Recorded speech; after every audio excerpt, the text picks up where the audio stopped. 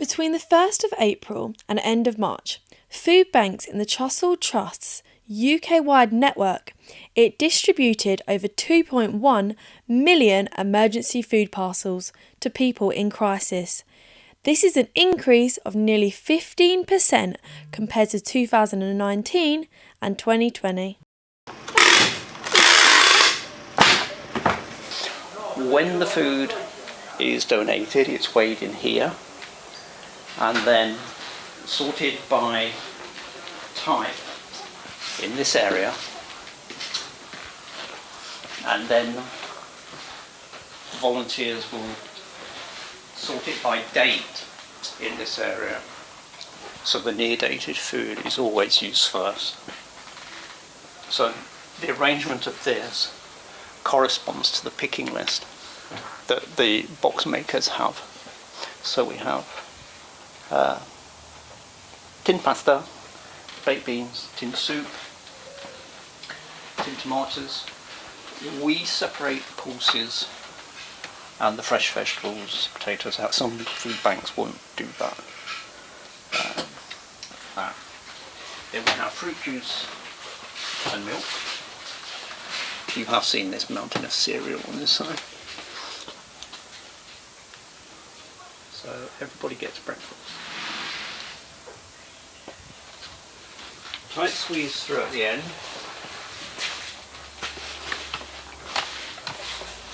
Then we give either pasta or rice, and the sauces to go with it. So we have the tomato sauces and the spicy sauces. We give either rice pudding or custard and tin fruit. Then we've got some extra items here. There's mashed potato, milk powder, drinks like hot chocolate and Ovaltine, coffee, and a big section for tea. Then we have meat light, and meat light is less than 35% meat. So that doesn't count as the meat ration, but it is an extra item that goes in the box. So people then receive meat and fish. We have savoury biscuits and sweet biscuits.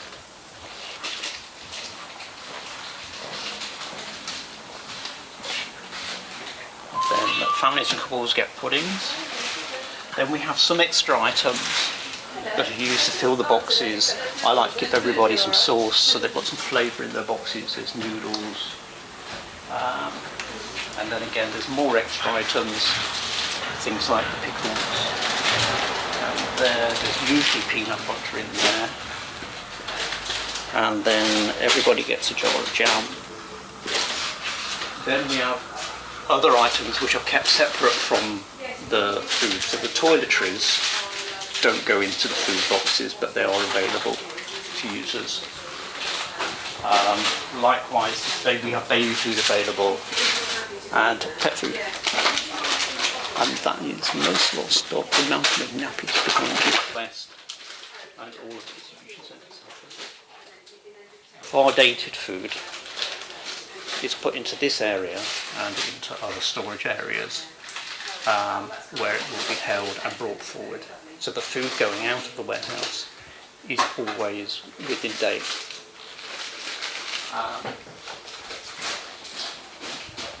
The box makers will work here, and they have a picking list to make 1 box for a single person, 2 for a couple, 3 for a family, and they will go into those areas and use that food to make up their boxes. We also make food for people with special dietary requirements and difficult cooking arrangements, like people who can only use a kettle or microwave or no way of heating food at all. We'll make those boxes available for those people. My name is Hannah Worsley and I'm the manager at Norwich Food Bank. And why do you volunteer?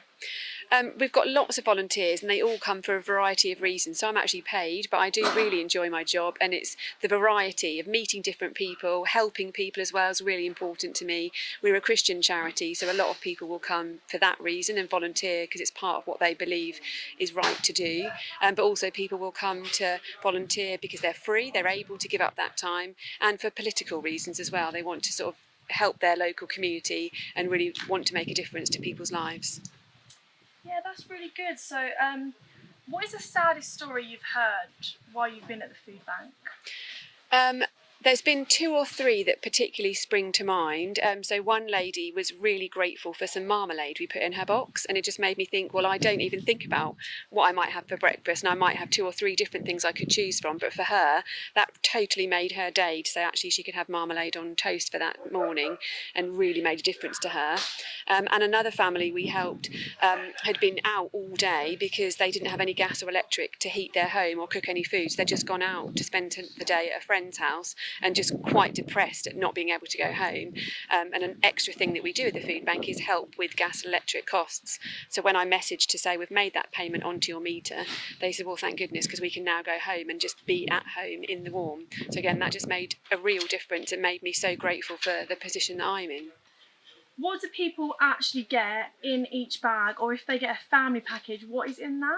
So we're part of the Trussell Trust, and so they set the nutritional standards for our food boxes. So other than branding, as in different supermarkets, people get a fairly set amount of items to make sure that that covers their breakfast, lunch, dinner, something to drink, and some snacks as well. So a typical food parcel will include cereal, long life milk, fruit juice, tea, coffee, tinned products like vegetables, meat, fish, pasta sauce, biscuits, tinned fruit as well. So it is nutritionally balanced and, as I say, contains enough for about 3 days worth of meals over that period. And so the cost of living has recently increased. And has that meant more people are attending food bank, or more people will, do you reckon? So a little bit of both. We have seen our numbers increase in the last couple of weeks, and also the need for our energy bank helping people with gas and electric has also increased, particularly people saying, well, actually they've completely run out of credit on their meters, and so they're sitting in the dark with no electric, no gas or things to heat or heat their home or cook the food they've given. So they're really in a very difficult position, whereas before it might be topping up a meter, saying people are struggling a little bit. People are now in a really desperate situation, and sadly we do think that's going to get worse. And so, the cost of living crisis has meant more people have been going to food banks. Keris Baker, UEA Journalism.